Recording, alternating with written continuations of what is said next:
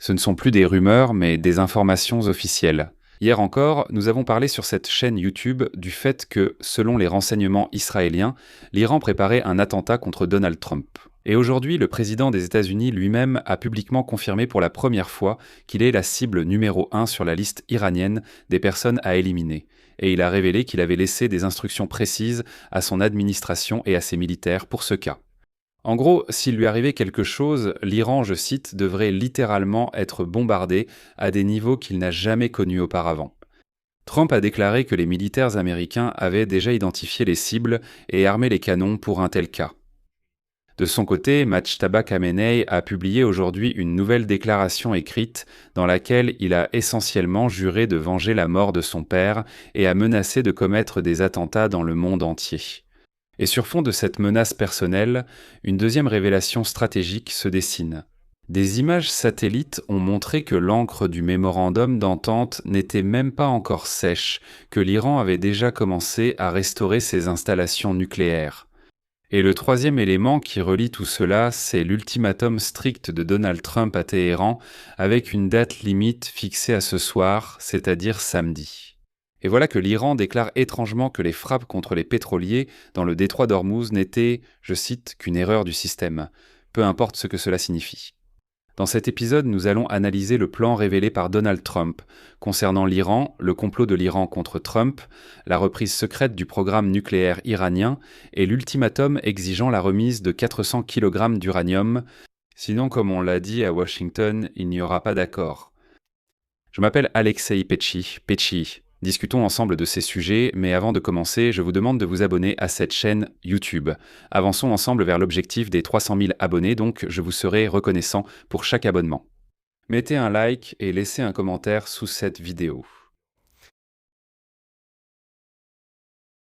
Voici la principale information. Lors d'une interview accordée au New York Post, le président américain Donald Trump a pour la première fois affirmé avoir un plan pour l'Iran en cas d'élimination. Voici sa citation. « Je suis depuis longtemps sur leur liste, voilà à quoi nous avons affaire. J'ai juste laissé des instructions. S'il m'arrive quoi que ce soit, il faut les bombarder comme jamais auparavant. » Eh bien, c'est justement ce plan concernant l'Iran, mis en avant dans le titre de cette émission. Ce n'est pas une menace abstraite, mais, selon les mots de Trump, un ordre donné à l'avance aux militaires, une sorte de directive posthume pour une frappe massive. Dans le même temps, Trump a en fait démenti les révélations sur un nouveau complot dont nous avons parlé la veille.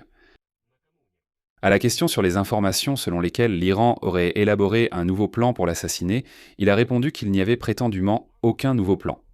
Et Téhéran veut sa mort depuis des années. Et comme l'a déclaré Téhéran, Israël n'a rien trouvé de nouveau.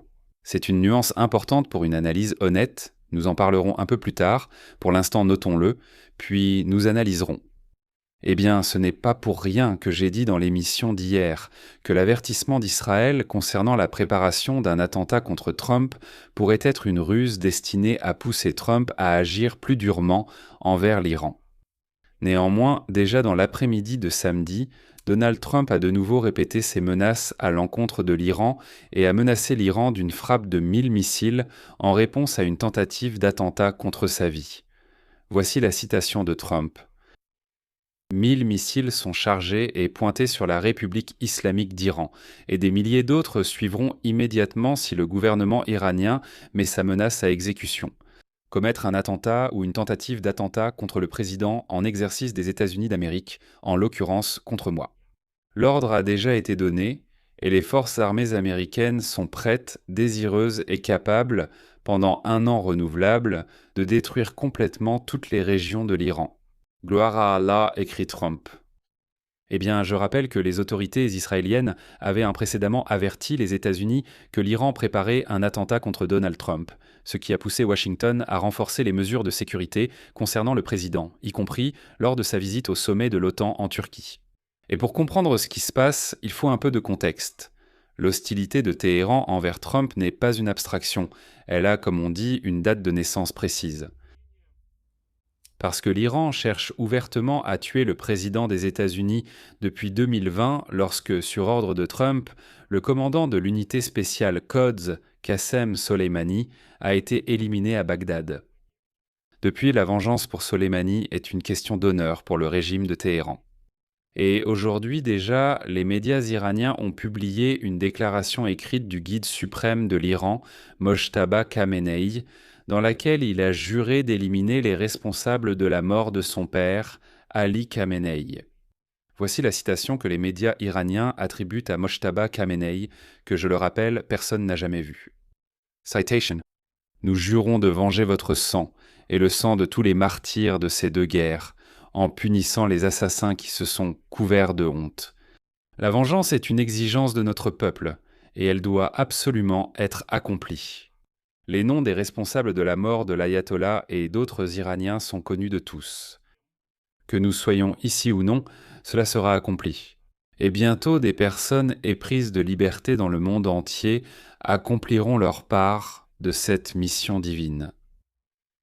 Et voici cette dernière phrase à propos des Iraniens.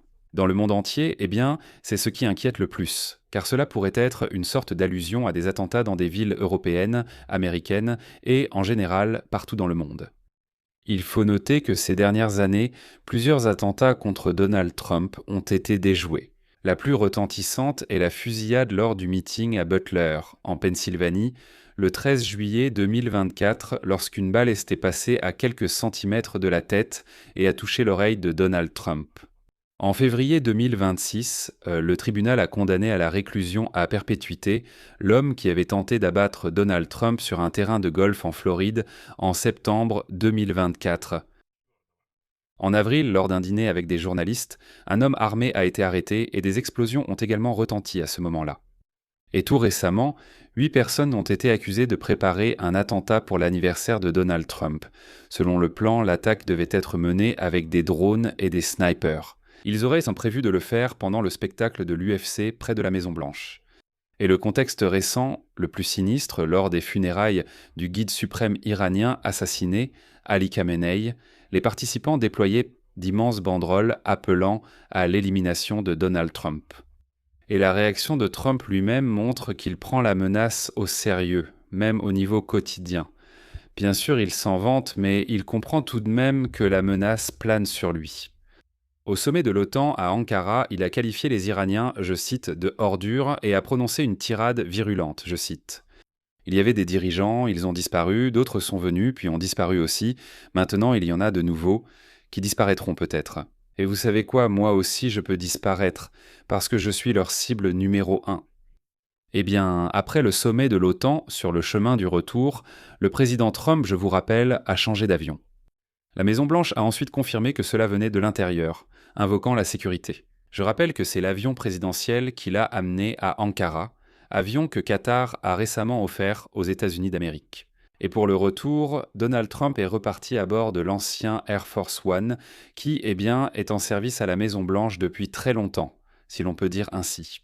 Et le premier avion est donc resté à Ankara, puis il aurait été montré à certains militaires américains, mais l'essentiel c'est qu'ils ont changé d'avion, évidemment pour des raisons de sécurité. Maintenant, une remarque honnête sans laquelle l'analyse ne serait pas sincère. Autour de ce complot d'attentats contre Donald Trump, il y a en quelque sorte une seconde couche. Donald Trump a rappelé que les Israéliens n'avaient rien découvert de nouveau, alors qu'ils ont eux-mêmes diffusé l'information sur un nouveau complot. Et la veille, plusieurs responsables américains ont admis que le rapport israélien sur un nouveau plan concret pouvait être un instrument d'influence, c'est-à-dire une tentative de pousser Donald Trump à adopter une position plus ferme alors qu'il envisageait d'intensifier les frappes contre l'Iran. Selon leurs responsables, les États-Unis n'ont pas confirmé ces informations de façon indépendante. Voilà la conclusion. La réalité de la menace pour Donald Trump ne fait aucun doute. Elle est confirmée par 6 années d'histoire après l'élimination de Soleimani, mais les détails du plan récent relèvent ici du jeu des services de renseignement. Et le fait que Donald Trump ait révélé ses instructions aux militaires de son administration précisément maintenant, c'est aussi un puissant signal de pression sur Téhéran, juste au milieu des négociations. Ainsi, la menace personnelle est devenue une partie d'un grand marchandage. Et pendant que tout ce drame autour de l'attentat contre Donald Trump se déroulait, une nouvelle est apparue, frappant au cœur même de l'accord nucléaire. Des images satellitaires, auparavant inaccessibles à la demande du gouvernement américain, sont parvenues aux journalistes et ont montré que Téhéran avait commencé à relancer le fonctionnement de ses installations nucléaires après la signature de l'armistice, ou comme vous le savez, du mémorandum d'entente du 17 juin. De nouvelles images satellitaires de juin et juillet, analysées par CNN en collaboration avec l'Institut pour la science et la sécurité internationale, montrent que l'Iran prend des mesures pour réparer et reconstruire des sites où de l'uranium enrichi aurait pu être stocké. D'abord, des abris temporaires ont été construits au-dessus des trous causés par les frappes. Puis, quelques semaines plus tard, alors que le mémorandum était encore en vigueur, des bétonnières sont apparues sur les sites, et ces abris ont été retirés et remplacés simplement par un filet. Les experts disent que la présence de camions et de béton est le signe que les Iraniens ont l'intention de boucher les brèches causées par les frappes américaines et israéliennes et de rétablir l'accès aux sites nucléaires. Dernièrement, on a clairement vu des véhicules entrer et sortir des tunnels sur les sites, malgré les déclarations, notamment de Trump, affirmant que toutes les entrées et sorties avaient déjà été détruites. Il s'agit de points précis. Il s'agit d'un site situé dans le village de Parchin, près de Téhéran, qui a été frappé à plusieurs reprises lors de la campagne américaine en Iran en juin de l'année dernière, et un site connu sous le nom de montagne Pixax. Cela soulève la question principale. L'Iran n'a-t-il pas lui-même violé le mémorandum d'entente signé à la fin du mois de juin ? Et je rappelle aussi qu'hier, Trump a littéralement déclaré que l'uranium enrichi était enterré, et que l'on pouvait donc considérer que l'objectif de dénucléarisation de l'Iran était soi-disant atteint. Et finalement, un nouvel ultimatum a été lancé, dont la date limite expire ce soir, samedi 11 juillet. Washington a officiellement, par des canaux directs et par des intermédiaires, exigé de Téhéran qu'avant la fin du samedi 11 juillet, ils reconnaissent publiquement que le détroit d'Ormuz est ouvert à tous et promettent de cesser immédiatement les attaques contre les navires commerciaux.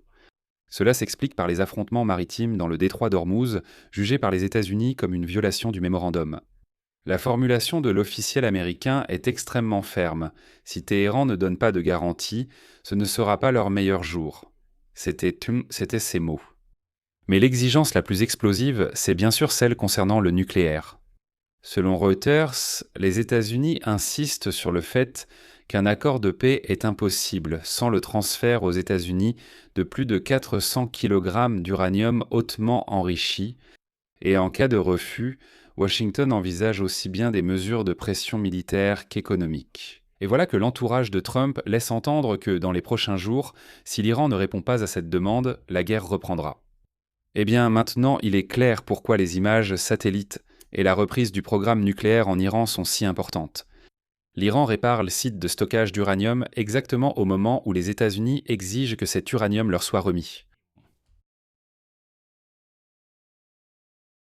Et pendant ce temps, le régime iranien a déjà trouvé une excuse. À votre avis, comment Téhéran a-t-il expliqué aujourd'hui ses frappes contre les navires dans le détroit d'Ormuz ? C'est presque une blague. L'Iran a déclaré aux autorités américaines que les attaques dans le détroit d'Ormuz étaient la conséquence, je cite, d'une défaillance du système. Eh bien, lors de négociations privées, selon un responsable américain, les Iraniens se sont exprimés encore plus simplement. Je cite, « Ils nous ont dit Sausakan pas, nous avons foiré, nous avons commis une erreur. Continuons simplement les négociations. » Derrière cette formulation maladroite se cache la clé de l'affaire. C'est ce que nous avons discuté hier sur cette chaîne YouTube. La division au sein du régime iranien.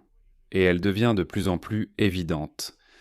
Les renseignements américains notent un manque d'unité à Téhéran. Une partie des négociateurs souhaite poursuivre la diplomatie. Et les factions les plus dures, les groupes radicaux, s'opposent activement à cet accord de paix et luttent pour leur influence. Et donc, selon la version que les Iraniens ont transmise à Washington, ce sont précisément les forces radicales qui ont ouvert le feu sur les navires commerciaux dans le détroit d'Ormuz, essayant de faire échouer toute négociation avec les Américains et de regagner de l'influence. Cela explique tout à la fois. Et les frappes en dépit du cessez-le-feu et la réparation secrète des installations nucléaires, et peut-être même ces discussions sur un attentat contre Trump. Il y a, comme on dit, un Iran qui veut conclure un accord, et ensuite vivre normalement. Et il y a un Iran qui veut le faire échouer à tout prix.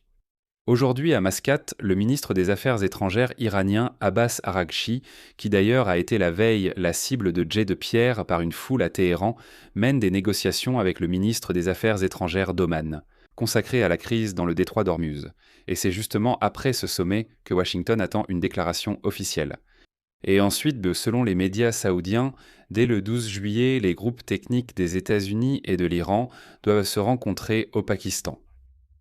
La conclusion de toute cette histoire, en ce moment tout le monde mène un jeu diplomatique très tapageur. Et Donald Trump a révélé son plan concernant l'Iran, à savoir donner l'ordre de bombarder le pays à un niveau qu'ils n'ont jamais vu, si un attentat est commis contre lui. Et pour la première fois, il s'est publiquement reconnu comme la cible numéro 1. Des satellites ont surpris l'Iran à restaurer secrètement des sites nucléaires pendant la trêve. Eh bien, les États-Unis ont lancé un ultimatum avec une date limite fixée à aujourd'hui et ont exigé la remise de 400 kg d'uranium, sans quoi il n'y aura pas d'accord. La trêve que Donald Trump présentait il y a un mois comme sa victoire historique ne tient en réalité qu'à un fil et, pour ainsi dire, ce fil est tenu par une partie des Iraniens qui veulent simplement le couper. Ils tentent de le couper, mais les ciseaux ne sont pas assez aiguisés pour l'instant. Je parle des radicaux, qui tirent actuellement sur les navires dans le détroit d'Ormuz. Et pour finir, je voudrais enfin vous dire pourquoi vous devez absolument vous abonner à cette chaîne YouTube. Tous ces sujets que nous avons abordés ensemble dans cet épisode, nous en avons déjà parlé sur cette chaîne YouTube hier. Vérifiez par vous-même, et beaucoup de médias n'ont repris ce sujet qu'aujourd'hui. Vous ne me croyez pas ? Regardez les épisodes d'hier sur cette chaîne YouTube à propos du Moyen-Orient et comparez avec ce que beaucoup de médias écrivent aujourd'hui. Je vais m'arrêter là. Votre avis, vos conclusions. Écrivez-les dans les commentaires sous cet épisode. Abonnez-vous à la chaîne, cliquez sur la cloche. Et n'oubliez pas de mettre un like. Si vous souhaitez soutenir le travail de cette chaîne YouTube, vous pouvez le faire en faisant un don via les liens et les coordonnées bancaires dans la description de cette vidéo. C'est tout pour aujourd'hui. Prenez soin de vous. À bientôt à tous.